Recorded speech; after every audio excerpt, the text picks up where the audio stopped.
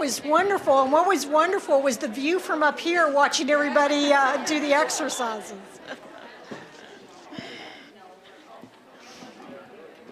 All right, we are going to move directly into our healthy weight presentation. And here to introduce our speakers is Dr. Deborah Vinci from the University of West Florida, who is the chairperson or the co-chair for our healthy weight work group. Deborah.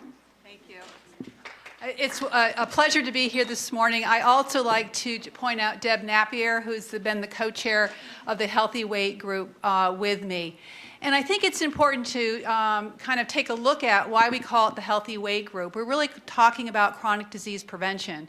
And when we're looking at what we eat and how active we are, those all impact chronic disease. And so that's kind of the focus of the Healthy Weight Group.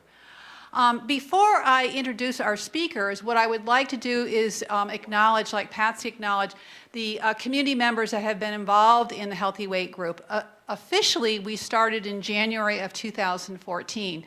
However, in Santa Rosa County and Escambia County, there's been a lot of work on obesity prevention, chronic disease prevention, dating back to 2007. And here in Escambia County, we had the Health Solutions team, and that team was extremely active for 7 years as we then transitioned to be calling a Healthy Weight Group. So if you have been involved in obesity prevention efforts in Escambia and Santa Rosa County, I'd like to acknowledge your work, and if you please stand so people can give you a round of applause for all the work that you've been doing over these many years. So at this time, I'd like to introduce our speakers. And actually, I was thinking about this last night. I've been here in the Pensacola area since 2 weeks before Ivan. That's when I arrived here. And so officially, it's been 10 years. And through my career, I've worked with health departments in Vermont, Seattle, Washington, Southern California, and in North Carolina. And I will have to say that it's just been a wonderful pleasure to work with the both health departments here in Escambia and Santa Rosa County. I've really enjoyed my collegial relationships and just the fabulous work they're doing. So I think we also want to give a round of hand for our health departments here.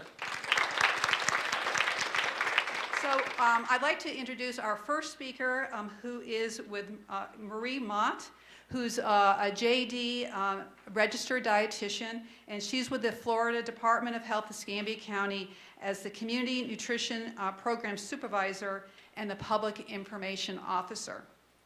And then our second speaker is Priscilla Turner, and she's also with the Florida Department of Health, Escambia County. I said that right. And she is the Director of Communications, Health Education, and the Nutrition Division. And so I'm going to go ahead and let Marie start the presentations. Thank you.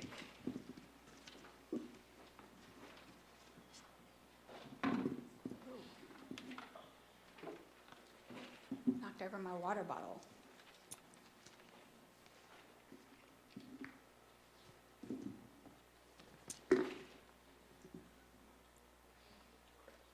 I didn't get a little primer on how this worked. Let's see if I've got, okay, not too bad.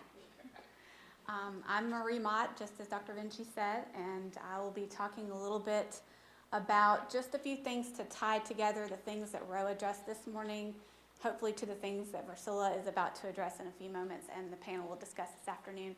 I've also been asked, because of my dark and sordid past, my Doctor of Jurisprudence background, to talk a little bit about some legal issues. So we're going to spend a little bit of time on that as well.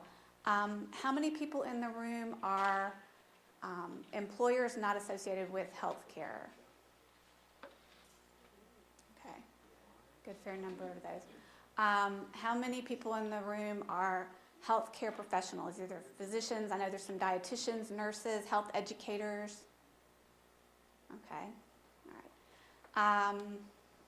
How many people in this room work for a company that doesn't have a wellness program in place just yet? Not too many of those. That's great. That's great. So we'll be touching on a few things that impact all of those different groups this morning.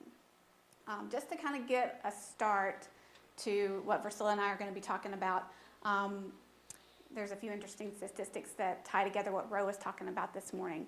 So currently in Florida, we see obesity as the #1 public health threat. About 65% of adults in our state are at an unhealthy weight. Only about 35% of our adults are what we consider a healthy weight. So if you kind of flip it on that side, that's a pretty small group of people. And we estimate that the cost for chronic disease care related to that to be about $34 billion over the next 17 years. So State Surgeon General and Secretary of Health, Dr. John Armstrong with the Florida Department of Health, called together partners in the community and established the Healthiest Weight Florida initiative. And the goal of that initiative is to bend that weight curve by 5% by 2017, which is a pretty gutsy, that's a pretty gutsy goal. But we're working hard at that at the health department, and I see working hard at that in the community as well. So what we see, that trend toward increasing obesity in the United States related to lifestyle habits, food and beverage choices, inactivity. What we initially in this presentation had the maps of the United States that were put together by the CDC that shows the trend of obesity through the years. We took that out because there's quite a few of those, but if you get a chance to go to the CDC website and look for obesity prevalence maps, if you haven't seen these yet, you can look through about 30 years worth of data in a picture form of a map of the United States and see the country get fatter and fatter and fatter over that 30-year period. And what that really implies is that increased risk for early mortality and chronic disease and all kinds of problems related to employment performance and cost of care and things like that that are associated with that. And these slides are just an example. I'm not used to having this in front of me. This is great. These are some picture forms of just some of the trends in our country that kind of express how our lifestyle has changed that's going to impact that. This actual slide, and I haven't been following with my notes, but this is just a little bit of data that was gathered that represents the percentage of Americans in low activity jobs and the percentage of Americans in high activity jobs. And the blue bar is data taken from about 1950 compared to data taken in 2000. So you can see the increase in the percentage of Americans in low activity jobs and the decrease in the percentage of Americans in high activity jobs. Same thing, similar type of slide representing the number of trips to work that are taken in an automobile. So the increase in percentage of trips, or the way people get to work, has increased over the past 40, 50 years. And this one doesn't really impact employers as much, but kids biking to school is another example of that. So we see a great decrease in just lifestyle habits related to physical activity. Another interesting statistic I have here, this is actually information from the American Heart Association. And it talks about the average American work week is now approximately 47 hours, and that comes out to about an extra 164 hours per year that the average American is spending at work. And so what we're seeing is more time at work, less active work scenarios, and that can add up to, again, just a less healthy workforce overall. What that kind of boils down to when you break out that 164 hours per year, 189 minutes per week, or about 27 minutes per day. So there's an extra half an hour a day that people are spending at work, presumably in a more sedentary work environment. So more time in a sedentary environment, less time probably doing things that can impact your lifestyle in a healthy way. That probably means less time that you're spending preparing a healthy meal, for example. If you got 30 minutes less a day, something's going to suffer. Less time getting a good night's sleep. Less time being physically active. You know, maybe you've cut back your afternoon walk because you're spending more time at work. So overall, we're seeing a less active community, a less active workforce, and sadly that relates to because we have better technology that lets us be that way. So,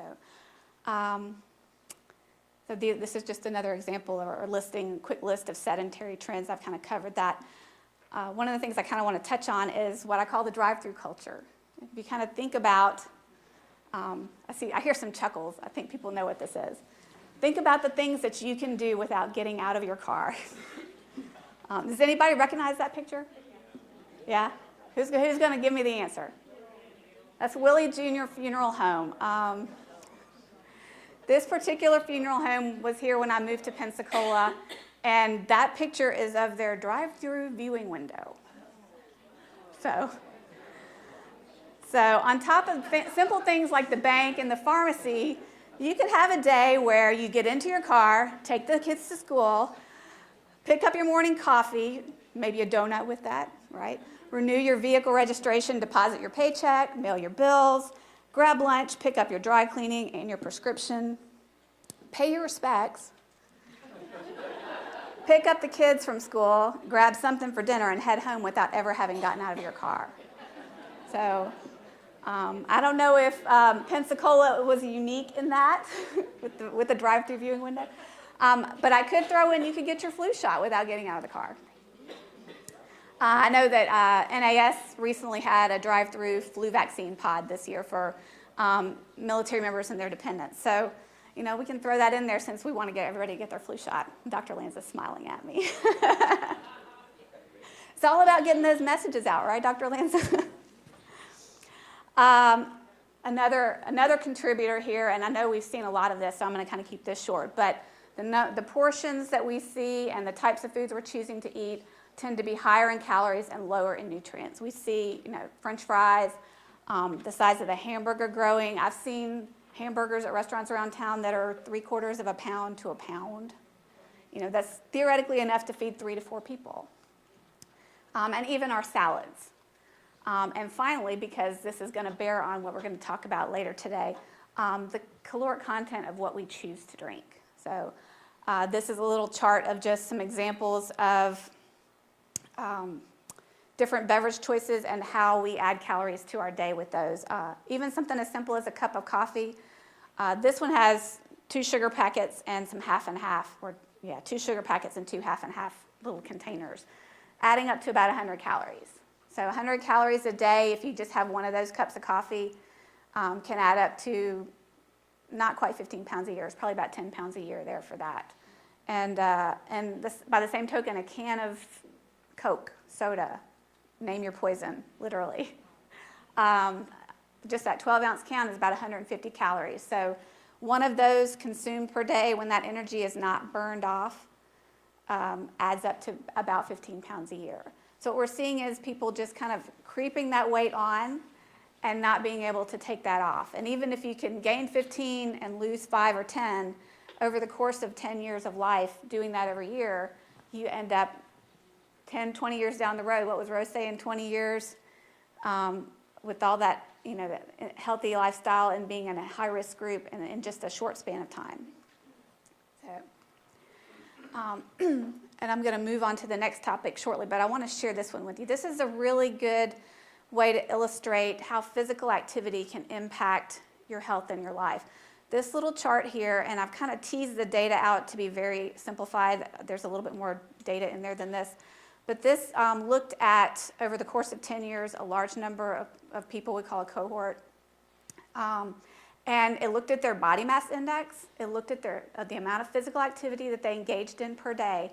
And it looked at whether or not they died during that 10-year period. So that's what this chart illustrates. And I just took the very inactive and the very active people and put them into this particular graph. So what we're seeing is, for somebody with a BMI in what we call the healthy weight zone, you can see the number of people that died who were inactive was roughly twice that of the number of people that died that were active. And you can see that same trend, a much higher trend of higher number of deaths when in the inactive group versus the active group, no matter what their weight or body mass index was. The interesting thing to me is to look at the the blue bar in the BMI greater than 35 group. The number of people who died who were active is lower than the red bar in the healthy weight group. The number of people who died who were at a healthy weight but were inactive.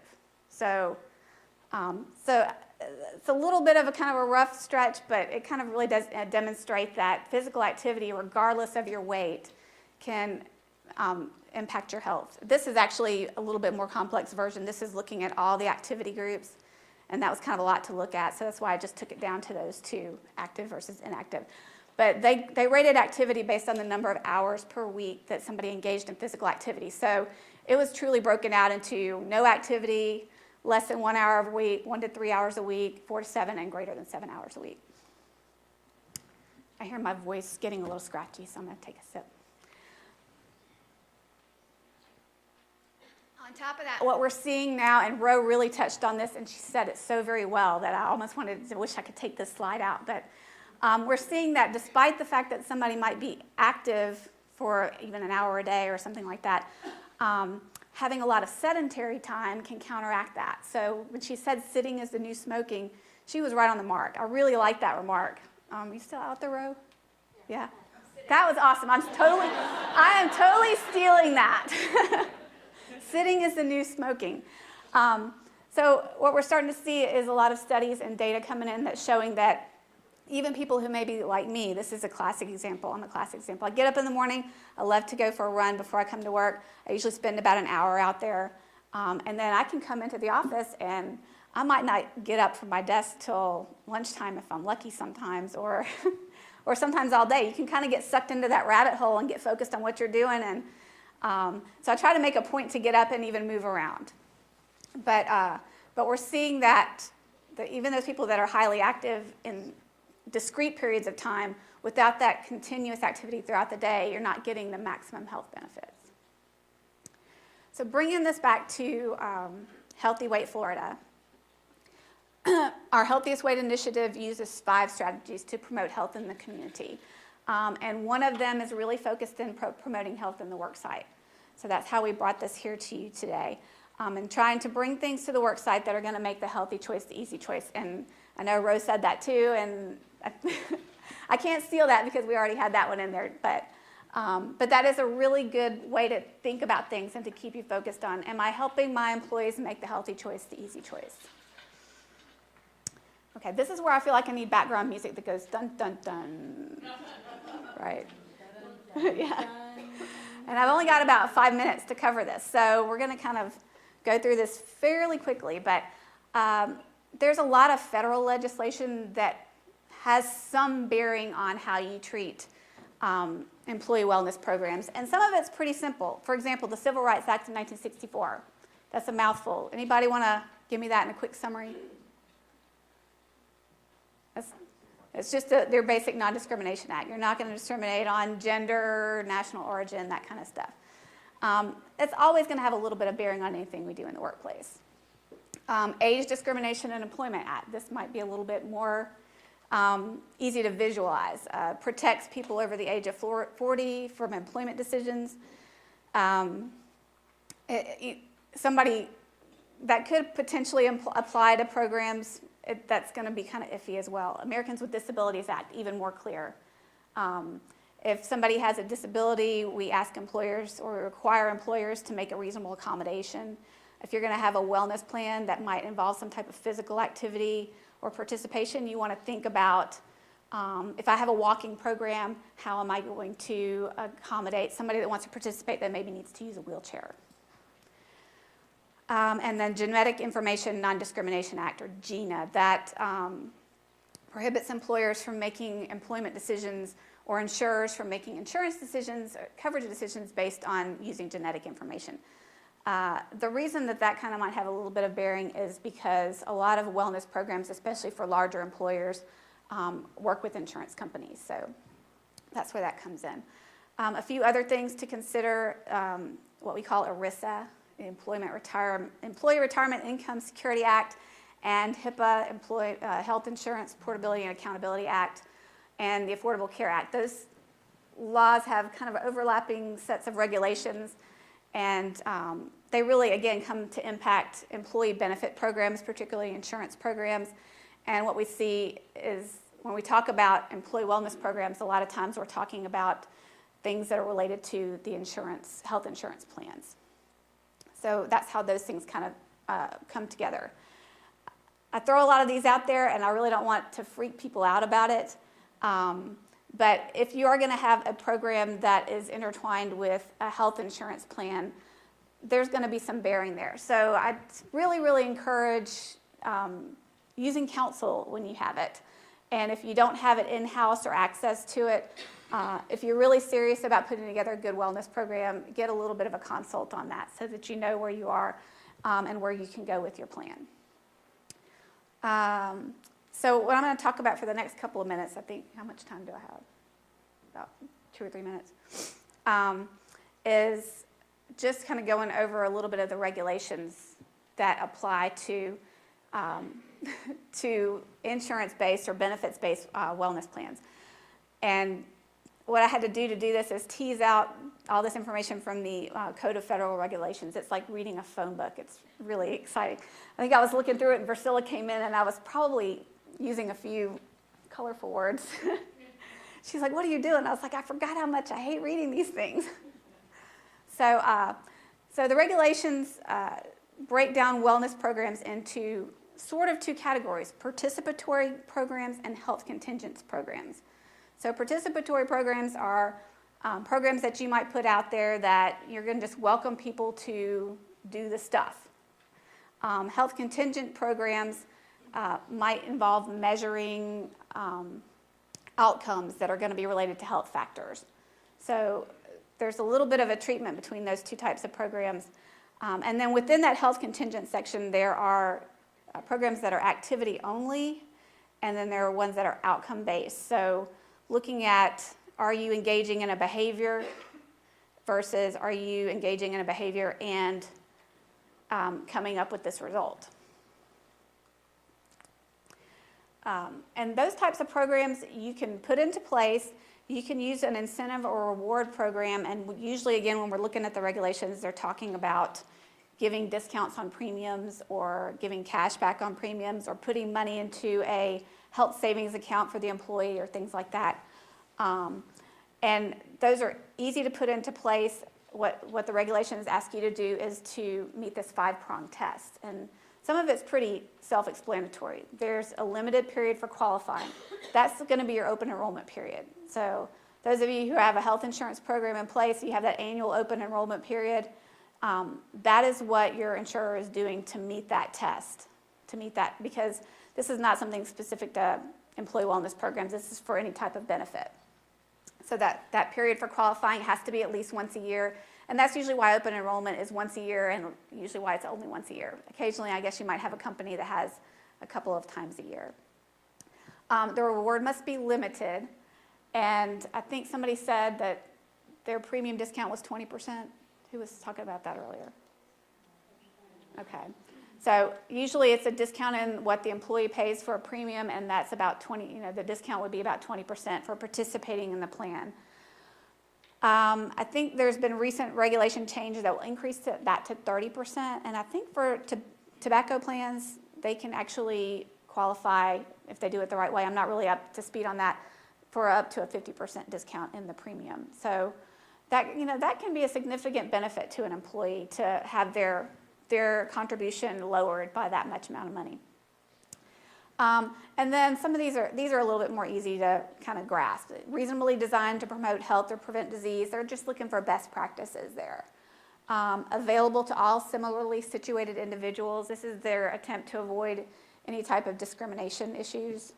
And if it can't be available because of disabilities or things like that, there needs to be a reasonable alternative. That's kind of like that reasonable accommodation clause. So if I have a walking program and I have a person that uses a wheelchair, giving them a standard that says, let's count your minutes of physical activity instead of your steps, or let's design our walking program so that we're just measuring minutes of physical activity so everybody can include whatever activity it is they do. If you're a swimmer, you can count that instead of walking. And then your program materials and all of your program materials must disclose the fact that there is an alternative available. It doesn't have to tell you what it is, but just has to say, if you want to participate and you feel like you can't manage this, then please check with us for another method of participating. Other laws, and I think I'm getting really close to my time window. I'm just going to cut into Versilla's time. Other legal issues. And I think, again, Ro touched on this a little bit, supporting breastfeeding in the workplace. And there are some legislation that impacts this a little bit. One is there's a general Florida statute that allows mothers to breastfeed anywhere that they're legally allowed to be. And so you can't, employee or no employee, guest in your establishment, whatever, you can't kick somebody out because they need to nurse their baby, kind of thing. And then the Fair Labor Standards Act and the Affordable Care Act together have impacted a regulation that requires employers to permit nursing mothers some time for milk expression during the workday. So there's more strict guidelines on that, or more detailed guidelines on that. It has to be a reasonable amount of time. They need to be given a place to pump that's free from intrusion, somewhat secure, clean, not a bathroom. It specifically says not a bathroom. They don't have to be compensated for that time. They just have to be allowed that time to do that.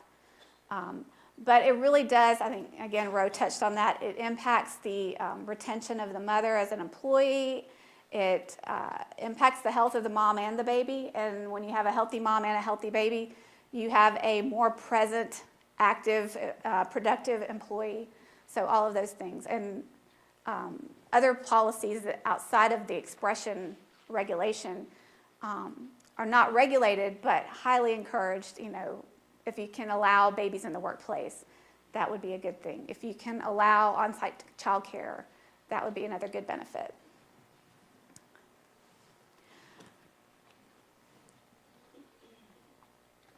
When you're developing a program, a good place to start is with doing a health risk assessment.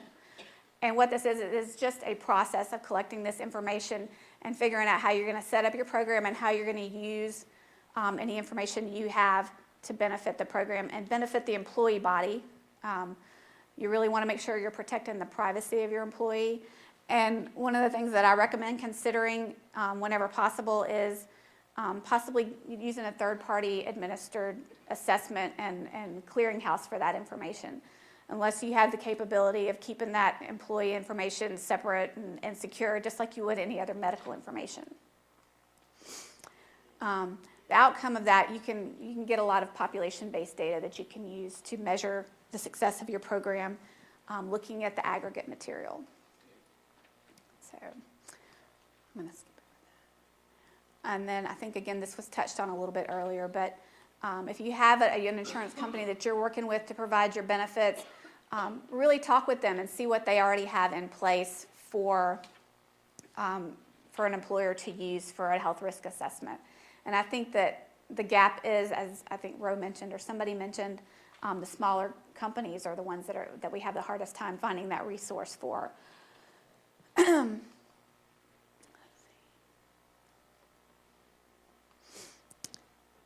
think this is you, right? That's me. So I'm going to let Versilia take over and talk a little bit more about the specifics of some worksite wellness. Before I totally give up the mic, in your toolkit, there's a page in here that's kind of a quick, I'm covering the mic, I thought it was on the other side, a quick checklist to starting a wellness program, the things that you want to consider and get checked off as you start up that program. So, and it takes you through that 5-part HIPAA test if you want to go through that. Again, if you have access to counsel, that would really be a good first step. So. Good morning. It's warmed up a little in here.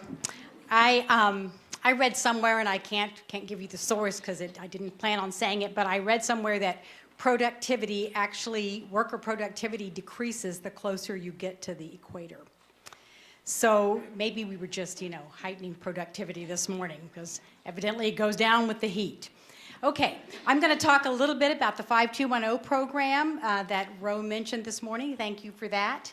And a little bit about the steps if you want to start a worksite wellness program. I know many of you in this room are quite far along in this, but there are some companies here who are just contemplating beginning one. And I think sometimes when you're a small company with less than 50 people, it feels overwhelming. You look at all the legal considerations and health risk assessments and the steps to creating one, and it just feels like something that's too big to manage. And I just want to take it down a notch and talk for a little bit about easy ways for companies that have limited resources, either financially, number of employees, or if you're like the Florida Department of Health, you have real limitations on what you can do for your staff. Okay, so we're going to talk about building a little foundation, and then the importance of measuring and putting things into place. But first of all, I want to talk a little bit about messaging.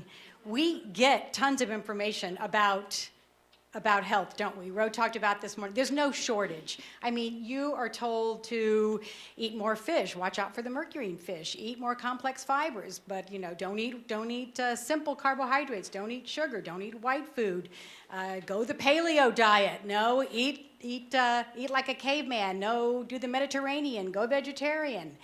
It's obviously not information. We have enough information.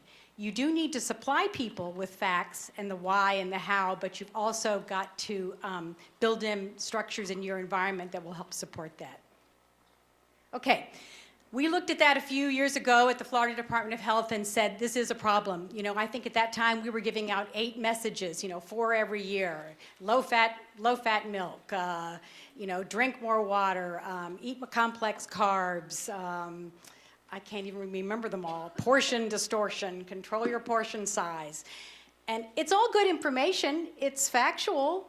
It's helpful if you do it, but can you remember all those things?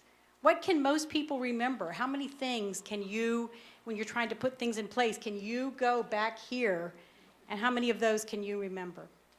So we looked around for programs that might help us simplify the message, make something that's easy to understand and easy to do, and something that crosses all segments of our community. And we looked at this 5210 program. It started in Maine. It's about 7 or 8 years old now. It's been reviewed and tested and shown to be quite effective. It's been adopted in numerous other states across this nation. Hawaii that's their state health plan. I think 9 or 10 counties here in Florida have 5210. Us, Okaloosa, Santa Rosa, Ro, you have it in Sarasota, also you mentioned. The big thing about this program is it's simple, and what we want you to do is right there in the logo. So the bottom line for this program is 5 or more fruits and vegetables every day. We didn't say what color, how you made them. As Rose said, they can be fresh, they can be frozen, canned is okay. You don't have to eat 2 green and 1 purple and 2 oranges and not 1 citrus and not 1 leafy. Just eat 5. If you're not eating 5 fruits and vegetables right now and you make that change, it will impact your health and your employees' health. Get 2 hours or less of recreational screen time or sitting screen time. This is really important for families that have children, but it applies to adults as well. And Marie pointed out in her studies about sedentary time and risk for heart disease and premature death. So couch potato time, cut that back. 1 hour or more physical activity. Again, there's no limitations. You don't have to go to the gym. It's a good thing, but you don't have to. You don't have to run. You don't have to lift weights. Do whatever you want. Just get an hour of physical activity. Get up in the morning, walk 10 minutes from your house, turn around, walk home. You've done 20. Get out the hula hoop when you get home. I love hula hoops. They're such great exercise, and they're coming back in fashion, I'm sure of it. So anything that gets you moving, do it. And then 0 sugary drinks. Now this one we're absolute on. There's no place in a healthy diet or a healthy environment for sugary drinks. I mean, you just do not need them. There's no reason. So we took a hard line and adopted their 0. Some places have done almost none, but I think it should be none. And we like the 5210 program because health happens everywhere. Health is not just in your home and what you're cooking for dinner, and health is not at school and what we're giving our children or the daycare centers. And health is everywhere. So it's in the child care centers, and we have our nutrition educators going out and talking to children and their parents about 5210. It's in the schools, and we have our nurses going to, they've done 9 elementary schools so far, talking about 5210 and giving information to the parents. It's in the community. I don't know, have any of you seen our billboards with 5210 or the rolling buses? Okay. We have worked with the library system, Parks and Recreation, Boys and Girls Clubs, Boy Scouts, all kinds of community groups to work with this message. In healthcare, we are building a continuing education program for physicians that we're going to be launching next year that helps them feel more comfortable talking to families at every single visit about healthy weight and using the 5210 core messages to try to make some changes. And then, of course, we're going to talk today about the workplace. So health happens everywhere, and you've got to make the healthy choice the easy choice. Okay, let me take a sip of water.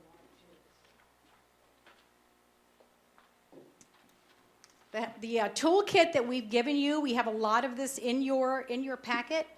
The 5210 toolkit focuses on increasing healthy eating at work, increasing movement at work, and supporting healthy families. And the guiding principles are it's positive, action-oriented, and focuses on health and wellness for all employees. And it's employee-driven, because anyone that's got a worksite wellness program will tell you, you have to get data from your employees. You have to ask them what they want.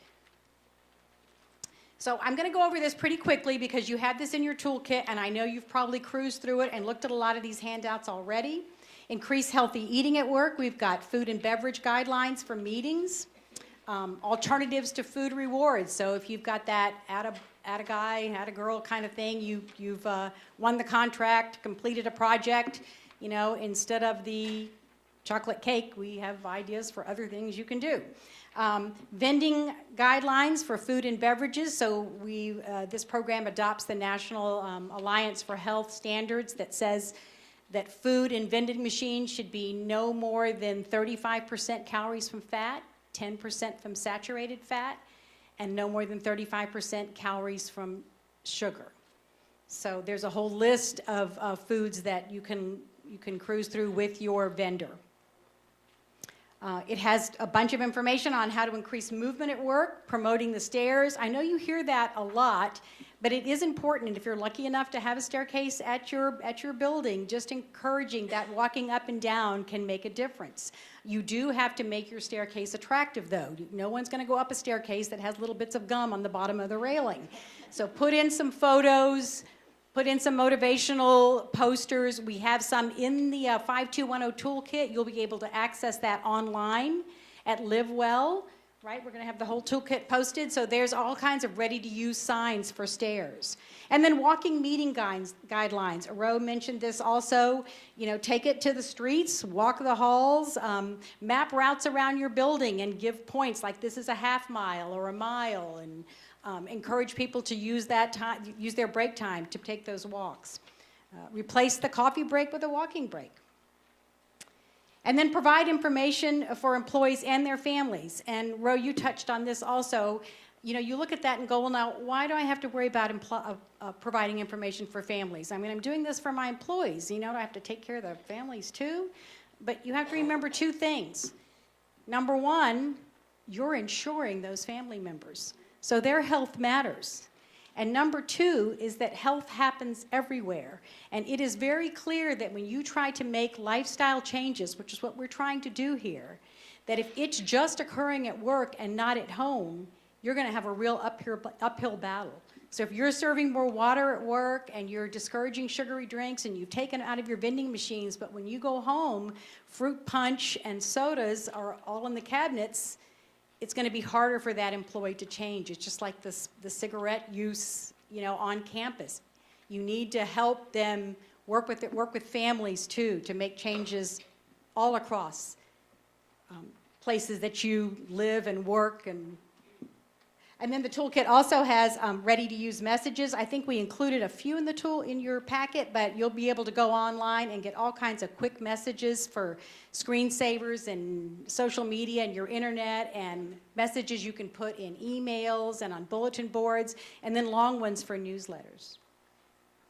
And we've kind of covered this, breastfeeding women. The only thing I want to add to this is that one of the times in a woman's life where she's more likely to gain weight and keep it and set up that kind of descent into an unhealthy weight is after delivery. And so breastfeeding really helps women return to their pre-pregnancy weight faster. So it's a key factor in promoting healthy weight. If you're interested in setting up a lactation room, we do have lactation counselors at work at the health department that can certainly help you do that. Recommend pumps if you want to supply one, but we can offer some assistance. Okay, so we've got some tools. You have spent this morning learning the why. I have showed you a few tools that are in the toolkit.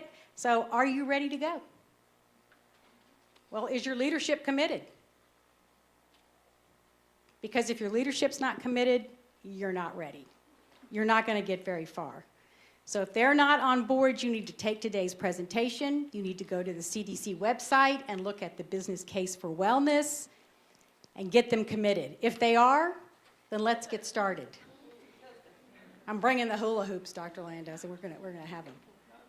I'm bringing the hula hoops to work because modeling is a key factor in employee wellness programs.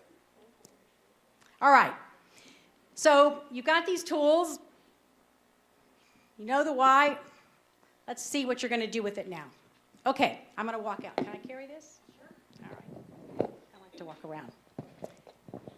Okay, so I've been to this seminar today, and I've come back, and I'm ready to rock and roll. And Ms. Napier, I went to this great seminar today. I learned so much about unhealthy weight and the impact it's having on my bottom line.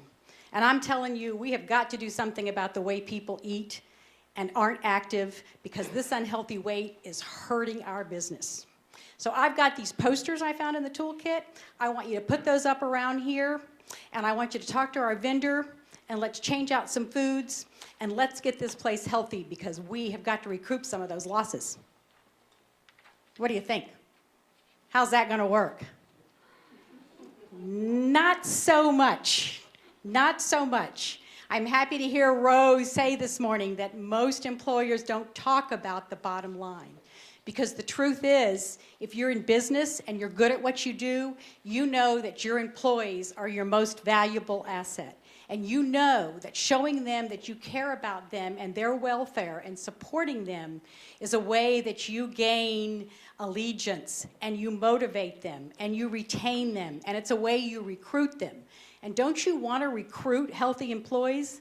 Isn't that a sidebar of this? If you have a healthy company, healthy people want to work for healthy companies. So even if you don't have any impact from your wellness program in the next couple years, if you start attracting people who are healthy, your bottom line down the road is going to be better. So let's try another approach. Ms. Washler, I went to this amazing seminar today. It was great. I learned so much about unhealthy weight and how it's impacting our community. And I know that you're here every day. I see you here 8, 9 hours sitting at your desk, sitting the whole time.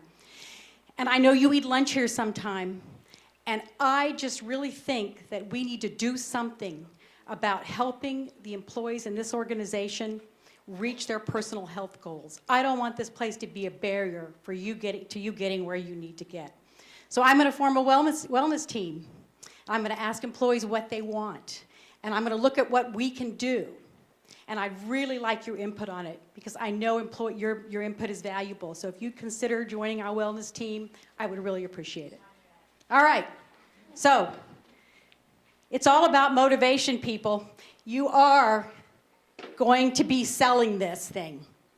You better be prepared to sell, because you're going to have some people in your organization that are all on board, and that's great. But the majority of them are going to be rocking somewhere in the middle. Oh, she hung up the nasty sign. Okay, I'm going faster. All right. So you've got to be able to tell your employees why you're doing this. And that's what that was all about. You've got to be able to let them know why wellness is important to you and your company. And you should have a mission statement that aligns with your company's mission, vision, and values. So I like the second one. Our wellness program will assist employees in increasing and/or sustaining optimal health so they can serve our customers more efficiently and effectively.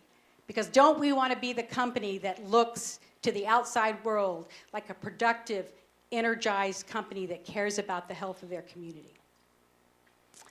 I think we've covered identifying a wellness champion, so I'm going to skip through that. All right. You do have to do an assessment of your organization. You need to know where you are and where you're going to go. And if you're new at this and you're just starting, the CDC Worksite Health Scorecard is an excellent tool, and we've put pieces of that in your toolkit. It's 125 questions, and I think we just included a few on physical activity and nutrition in there. But when you look through that, I think, first of all, you're going to say, well, I'm doing some of these things. I already have a start. And look at these other things laid out. I actually think there's quite a few things in here I could do quite easily. So it's going to help you.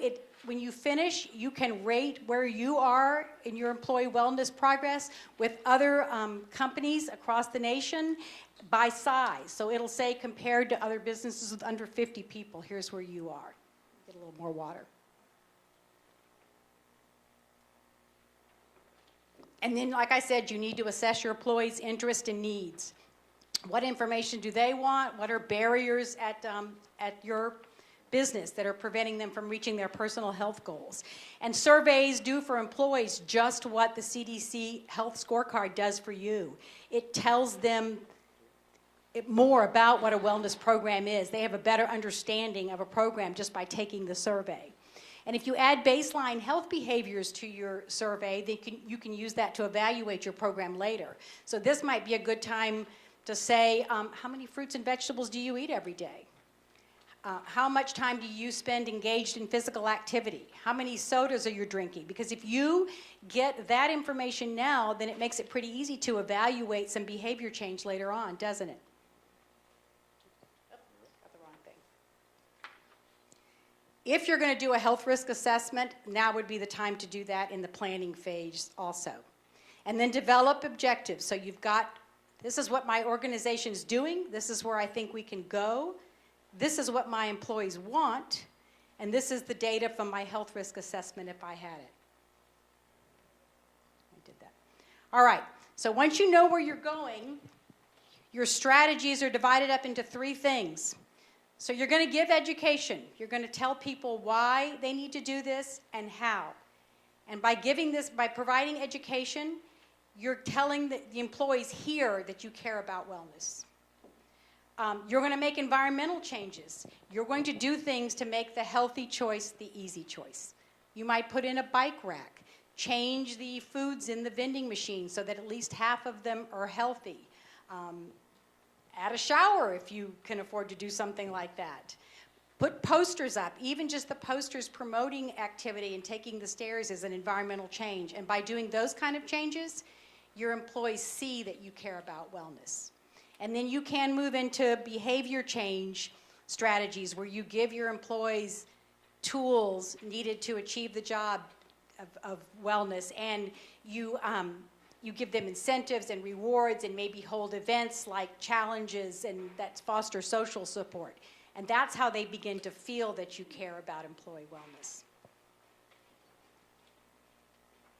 Now, rewards and incentives, that's tough, and it really depends on every organization has different criteria.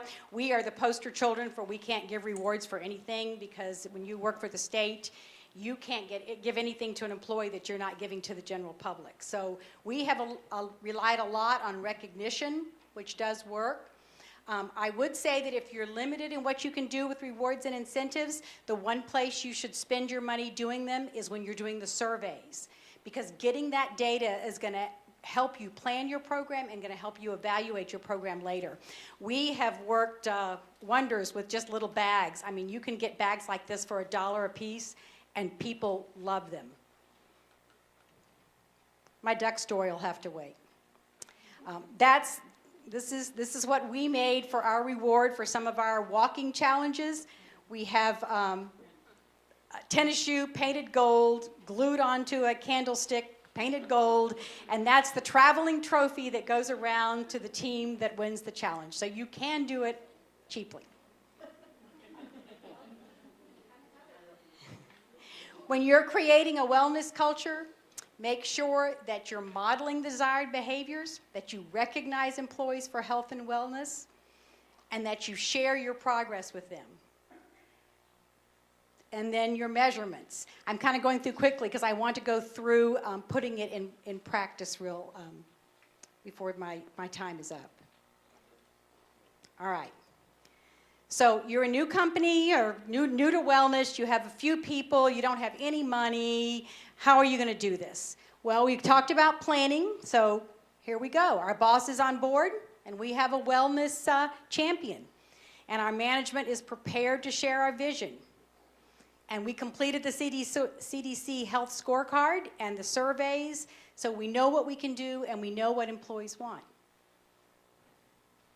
We found, as part of our surveys, that employees are interested in better access to healthy foods at work, and only 40% drink water regularly while they're at work. So we're going to focus on increasing healthy eating, and that's in our 5210 toolkit. And we've set these 2 objectives up. By June 1, 50% of the food and beverages available at the work site will be healthy options. And by December 1, 25% more of our employees will report drinking water at least twice a day while they're at work. Those are going to be easy objectives to measure, and that's important. So what are we going to do? What are our strategies? We're going to designate one side of the vending machine as the right side. And we're going to meet with the vendor to select eligible items and then follow the 5210 healthy vending guidelines. Because when you have employees standing at the vending machine and you're selecting things from the left side, it's pretty obvious that if the right side's the healthy side, the left side's not. And that's just one of those little cultural things you build in, that people may be choosing unhealthy foods, but they're starting to think about, should I be doing this? We're going to create a policy. This is a written policy, that there will be water and healthy food options available at all meetings if any foods or beverages are offered. We're going to give the guidelines to all of our supervisors, and we're going to post the calorie information of sweetened beverages at the vending machines.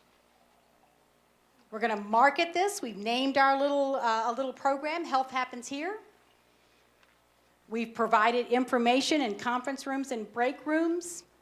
We're going to send out weekly emails. That's how we're marketing it. The boss is going to send a message once a month reporting on sales of healthy items in vending machines and just praising the accomplishments. And we're going to have healthy meeting guidelines attached to all meeting agendas. And then we're going to measure this. Since we set up good objectives, it's pretty easy to measure what we've done. Are the percent of items in the vending machine, did that meet our objective? We're going to do little reviews of the vending machine and check that. We did another survey with our employees and to find out how much more water they're drinking at work. We checked our checklist. Did we implement this program as we said we would? And we did an employee satisfaction survey. Now, if you want to take it further, you can. What gets written down gets done, right? What we measure gets done. So if you really want to take it further, consider including wellness program goals in your company's strategic plan. Or even better, building health promotion into supervisor evaluations. Add a wellness component to all staff meetings. Just one item on the agenda, something about wellness. Create a position description. Do more in-depth employee risk assessments. Go to level 3 of vending. So level 1 is healthy options are available. Level 2 is healthy options are the easy choice. There's more of them. And level 3 is healthy options are the only choice. Offer discounts at local fitness centers. And in your toolkit, we included a list of a few fitness centers in town that will offer discounts to your employees. You have a lactation room maybe set up at work. Get a pump and keep it there for anyone who wants to, who is nursing while in your employment. Subsidize healthy vending items, so you can make the healthy choice the easy choice by making it the cheaper choice. Consider flex schedules or dress codes that support fitness. If you're going to do walking meetings, make sure you've allowed people, ample time to dress appropriately or bring tennis shoes. Set up a, community-supported agriculture. You can call the CSAs and see if they'll deliver fresh fruits and vegetables to your business. Or support an on-site weight maintenance program. You know, Weight Watchers or similar programs will come to your business if you have enough employees. Don't feel you have to do everything at once. Wellness is about relationship building and giving people opportunity. Making the healthy choice the easy choice. And wouldn't you like it if your employees were able to say that what I talked about in the beginning, that we are energetic, productive, and we are accountable for our own health and well-being? Because that's what you want to drive for, those intrinsic rewards. You want to make wellness seem like such a good thing that your employees want to do it for their own benefit without having to work so hard on extrinsic, too much, too dry throat, on extrinsic rewards. So these are just examples of making the healthy choice an easy choice. You see the vending machines with fruit, healthy foods at snacks and at meetings, movement breaks, and a little lactation room that can be set up in a spare office. If you step outside, there's a 5210 table, and we have several challenges we've done that have been very well received by our employees, the ones that won the golden shoe. We have 5210 challenges where they track all 4 behaviors using a calendar. We've done virtual walks to different sites around the world or in Florida. We've done flavors of fall challenges, so information on all of those is out at the 5210 table. And I also want to tell you real quickly, if I still have a minute,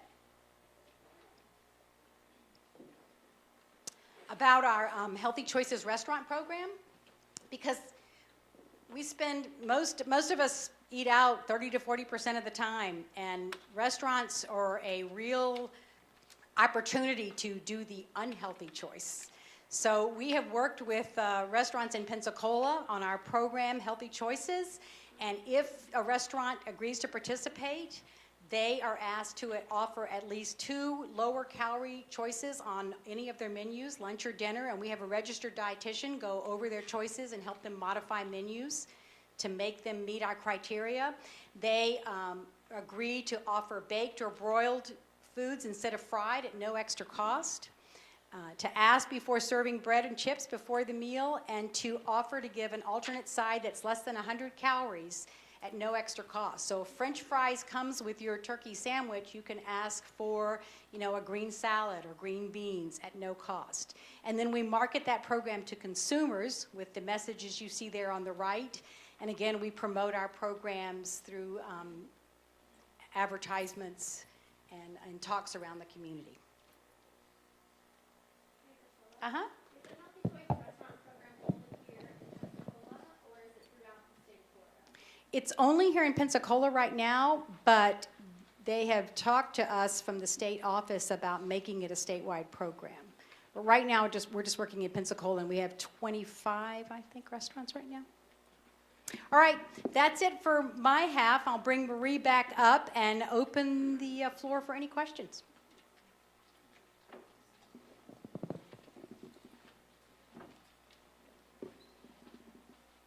Yes. Is the Tourism Bureau aware of that program, and have they partnered with the Healthy Restaurant Program in any way to share that with outsiders like myself? No, but great idea. I'm writing that down. Thank you.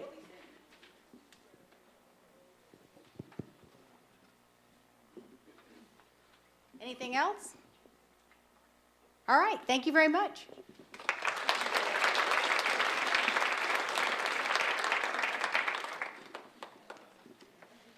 Well, thank you, Marie and Priscilla. Really enjoyed the presentation. And I guess, one of the takeaways I got from this was there are a lot of easy things you can implement, like the vending machines, really easy to change out and put in some healthy foods and water instead of soft drinks.